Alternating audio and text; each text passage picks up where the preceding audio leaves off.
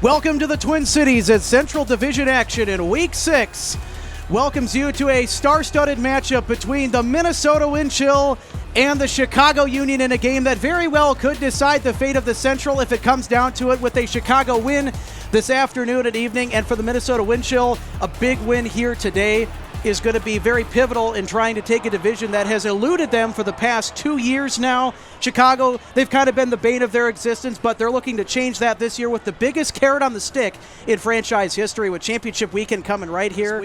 And there's Berglund shooting it. Pass complete to Marty Adams. Marty Adams sliding it back. And a toss to the end zone. Minnesota's on the board first. And Brandon Mattis, the Iron Man, comes up with the disc.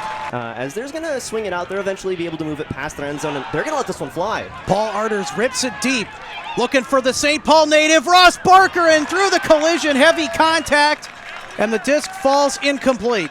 And Minnesota played that one very pump fakers, I think, for the Wind Chill. He's been able to draw a lot of fouls with that.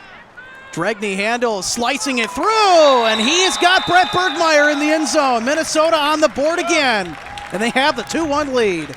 Which is probably going to have Minnesota taking a little bit of a breather. And this is a huge shot that's ripped deep and contested well that time by Colin Berry. The third captain for Minnesota. For correction, here. That's Tanner Barkus. I beg your pardon. There's 3 then on the line for Minnesota right now, and they're going to pull it straight back. That they will. That's an excellent catch. A well-contested catch. Minnesota looking to punch it in quick. And they will do just that. And it's Paul Krenick in the end zone. Welcome back to the 2023 season for Mr. Paul Krenick. Or I should say welcome to the 2023 season. It's his first game. Here's the Union have the entire back half uncontested. Arter's looking for someone. Arter thought he had an opening, and he is thoroughly rejected. Toss from Shanahan, and Meckler now surveys his options upfield. And he's going to reset to Ross Barker. And Barkler ahead for Meckler, and it's knocked down! The fans are appreciative of the effort. Still looking, playing with poise, with patience, not trying to force anything. It's a look from the Wind Chill that I think suits them quite well. I think forcing or trying to rush too early is... Brandon Mattis going down to the deck to grab it, just short of the end zone here, looking for another quick toss in, and he fires that one right into Vandy Mortel. This has been a lot of throws in this back zone for Minnesota so far. They haven't been able to get past the 20-yard marker. Continuing throwing around in this big C, big U kind of shape. And Chicago able to capitalize there on a mistake. And they're going to give it to him on that. 1 foot in is all it counts. And that is one of the most athletic players and talents on this Union roster for sure. One of the top blocks of last year, by the way, John Jones. 5 seconds. And a sliding grab by Brett Bergmeyer to put it in for the Minnesota Wind Chill. And it's a 5-3 game with 2.9 seconds remaining here in the first quarter. I think Chicago might get 1 throw. For sure. Quinn Snyder on the field for Minnesota. Look out if you're Chicago. He can really deal some damage. Colin Berry, a quick toss, and that's broken up. Yeah, looking the wrong way, not understanding the disc was in the air. I think we've all done that once or twice. He first handles the disc. Looking cut. They're going for it. Steslicki with a shot to the end zone. And that's broken up. Slow to get up for Union. I think Barkus. Now to Bergmeyer. Bergmeyer will slide it over now to Berglund. Berglund, he'll turn and fire deep. Vandy Mortel got it in the end zone, in stride. Minnesota with the score. Got another fantastic catch. That one was almost ripped out of the air in celebration to score.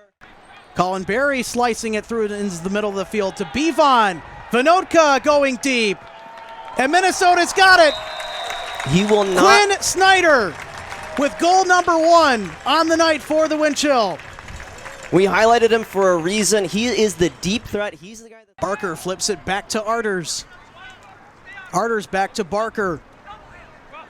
Barker through the double team and a wide open connection for Chicago. Very nice. So we'll see how Chicago's able to work out of Callahan country here. That shot is to Kaminsky. Kaminsky ahead for Barker. 42 seconds. Yep, got 40 seconds now. Chicago trying to work it quickly. Shanahan a quick toss upfield. They're doing so. Lacey's got to run, but he's beat hard. And that disc in stride, caught on the run by Wyatt Meckler, and Chicago's on the board. It looks like a pretty big mismatch. This is twice now Lacey has been beat, and first time results in a foul, which leads to a goal. Second. Good double team to start here. Minnesota hasn't really been able to find anything. Scratch what I just said. Flying defense coming through, and Minnesota will have an excellent opportunity to start the third just like they started the first. Marty Adams with the Marty Party for Minnesota. Flying block, and we saw that in the last meeting between these two in the regular season. Bergmeyer putting it up for Paul Krenick, and Krenick makes the catch. 3 plays later, 3 throws, that's all it takes, and Minnesota within 40 seconds makes a statement. That defense shut everybody up, and the Union are kind of left in the dust. Yeah, they're kind of left sitting to wonder. You see the block by Marty Adams, very athletic player, very underrated on this roster, and then the finish all the way down to Paul Krenick in the end zone, in space. Good find by... Yeah, Tyler Tomgreen had to run all the way over to the training center to get the disc. And play will resume shortly, and Tomgreen to get us started once again. That low disc. Oh, it's going to be ruled that he turfed it. Yes, indeed, he did. Chicago right on the doorstep. Looking to punch this one in quickly, and they do! Jace Bruner checking in for Chicago on the score sheet. Paul Krenick looking for somebody. Works it back over to the middle to Brian Vinotka. Well, we said earlier that we'd seen him on both sides of the disc, and his presence right now on this defensive line is going to be one of the reasons, if Minnesota can score, that they do. And this disc shot on the far side, complete. Madison looking for Krenick. Krenick had his defender beat and scores. Minnesota with the break. Third goal, and Krenick not only, having played in college, but was one of the, I think, U24 Worlds players here. But let's take a look at that Chicago once more. And that indeed it is.